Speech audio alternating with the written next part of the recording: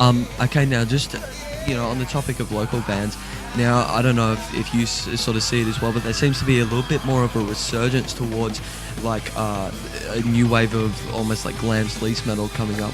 A lot of bands coming out like that. I don't know if you just lean towards those sort of bands, or whether you're more broad with your personal taste when it comes to local groups. But who are some of your favourites? Striptease. Oh, personal favourite. Your band, yeah. Galactic Acid, Whiskey Speed, Malachite, Hack. Not just bands that are going to be playing like the kind of music I like. But also the people that I'm friends with. And pretty much Galactic Acid, Whiskey and Speed, Striptease, Hack, Dela Cruz. Yeah, absolutely. And like just on the topic of them, like with them getting a record deal, you think that might sort of bring the record company's attention towards the Gold Coast to sort of spawn these bands out a bit more, or what do you think, man? I think definitely with the way the music industry is these days, bands like Dela Cruz and Reckless Love and Black Veil Brides, be it as, whether people like them or not, they're definitely opening up a lot of bands, a lot of doors for bands that want to, take elements.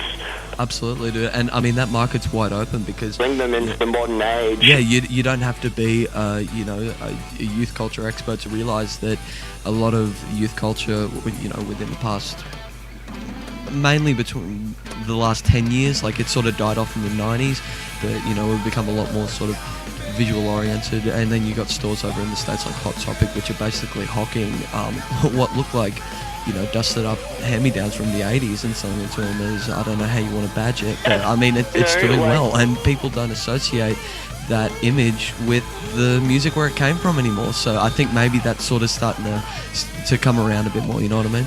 Yeah, well, most definitely, man. Like I'm seeing a lot of teased hair and leopard print out there these days, and yeah.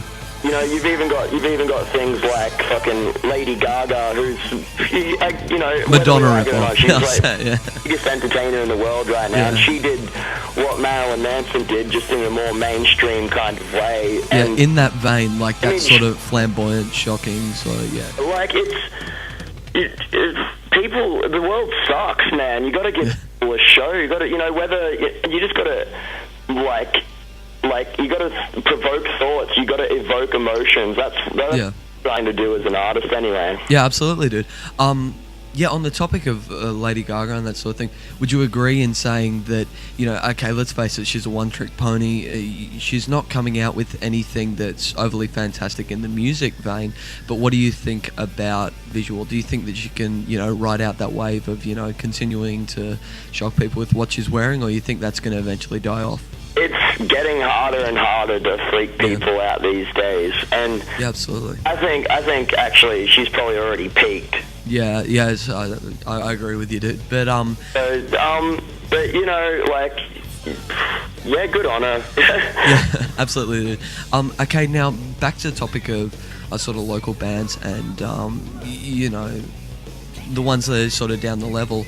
Now, it's no secret that with the internet, in theory, it's a great way to, for bands to get out there, promote themselves. But the problem that we're getting at the moment is that we're just so saturated with material. I mean, it's great material, but, we can't all digest it. So do you think that bands will start leaning towards a more traditional approach and getting their music out there? Because I know that's what, our band's looking at doing, especially with doing singles and that sort of thing, and trying to keep it as a live band rather than just be a studio band. Would you agree with that maybe bands are going to really have to start sort of getting out there in the clubs to get noticed, or what's your opinion? Well, I think it's a double-edged sword. The internet is fucking great because I can have some, person in like the Czech Republic, I don't even know if that's Czech. Anyways, like someone over in Russia hear my music and get into it, But the thing is, there is so much stuff out there. Like there's so many more forms of entertainment than there was in the 70s and 80s. That's another big reason why albums people, video games used to just be like, 2 dots and a line. Now it's like video games are like a whole market in their own these days. Yeah, exactly. Yeah. More forms of entertainment. But I think to really try and be successful, what I want to do is there's the new school way of marketing yourself, and there's the old school way. You know, new school, you know, YouTube videos, video logs, you know, that's why we're releasing our EP as like free download from Facebook. Just we just want people to hear our music. Give them the free, you know what I mean? And then there's the old school way. Flyer up your town. Put flyers around the world as you can. Play as many gigs as you can, and put in a solid effort when you do. You know, just give it 110%. You know, sweat. Yeah, absolutely, dude. I agree with you. And I think what another problem is happening, that the council, especially, you know, in past bands I've been in, you know, the local bakery or newsagent owner isn't too happy when he comes in of a morning and finds, you know, flyers stapled all over his door. But I mean, at the same time, I think that the city should really start opening up, you know, the kids to start putting up their flyers, because all you see these days is a couple of boards up where you can sort of pin them or on a lamppost, but it's not like how it used to be where you can just fucking throw one up in, you know, in Podolk, wherever, and get away with it. So, you know, that's definitely another thing. For the listeners, if you do support local music and you're going out to the gigs, maybe you can put together a petition to allow more promotion to be done for these bands, right? Yeah, well, more promotion and just more places to play. It seems like a lot more venues are closing down, and it's harder for people under 18 to get out to gigs, because the kids, you know, under 18 are the ones that really fucking appreciate it. Really, I'm not saying people over 18 don't like live music anymore, but, you know, those younger kids, because they just can't get it as much. They're hungry for it, man, and there needs to be more all ages venues. Yeah, exactly, dude. And yeah, on the topic of venues and sort of getting around, do you guys have any plans for touring coming up? It's just an idea. It's just a blueprint, you know, just skeleton. It's got no skin or flesh on it yet. But we're hoping to like possibly go down to Sydney in December, and maybe other places in New South Wales, and absolutely, possibly up north Queensland too. That would be pretty cool. Yeah. Now, once you've released this EP, are you going to be waiting to see what sort of response you get, and then you're going to go work on an album, or do you want to wait for some attention to come from the corporate world before you decide to put out a full-length record?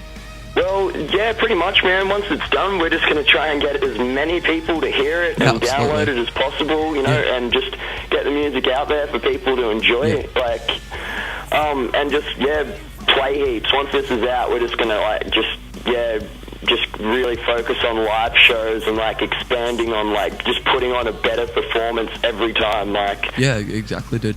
Okay, now as I said, the End Orphans, they got an EP coming out soon. Now, have we got a release date yet, dude? No, there's no release date yet, because as I said, I'm going into the studio this weekend to finish off the vocals, and then it's got to get mixed and mastered. Once we have it in our hands, we will set a release date and start getting, you know, promoting it and stuff like that even more. Yeah, exactly. Well, you heard it here first. If you want to find out when the End Orphans are putting out their EP, go over to their Facebook page. That page is what, Jake? www.facebook.com/The End Orphans. Too easy, dude. Well, thank you very much. It's been a pleasure interviewing you. Just also, our next show is the 9th Prince of Wales in Ipswich with Trash Queen, and we're also looking for one more band to fill a slot there. And our next all ages show is the Music for Miracles gig at the Tank Hotel on the 28th of July. It's $25 to get in, and all the money goes to the Martyr Children's Hospital, and it's for charity. And also, I'd like to give a shout out to Annika and Rhiannon. Thanks, man. So easy, dude. Well, yeah, it's been a pleasure talking to you, man. Best of luck. Thanks, dude. Okay.